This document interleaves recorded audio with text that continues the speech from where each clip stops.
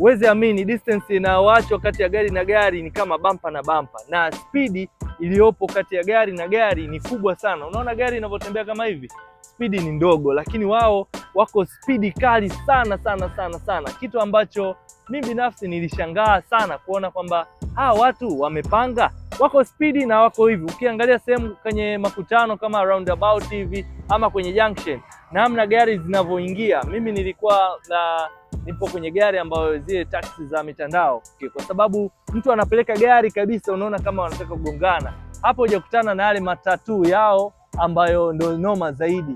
So hizo ni moja kati ya driving styles za sehemu mbalimbali ambapo mimi binafsi nimeona. Kama wewe kuna sehemu umewahi kuona wanaendesha vipi, hii ndio sehemu yako ya kudrop comment yako katika Instagram page yangu 255 Jerry, ukaweza kushare ukasema sehemu gani umeona uendeshaji fulani wa gari wa tofauti kabisa.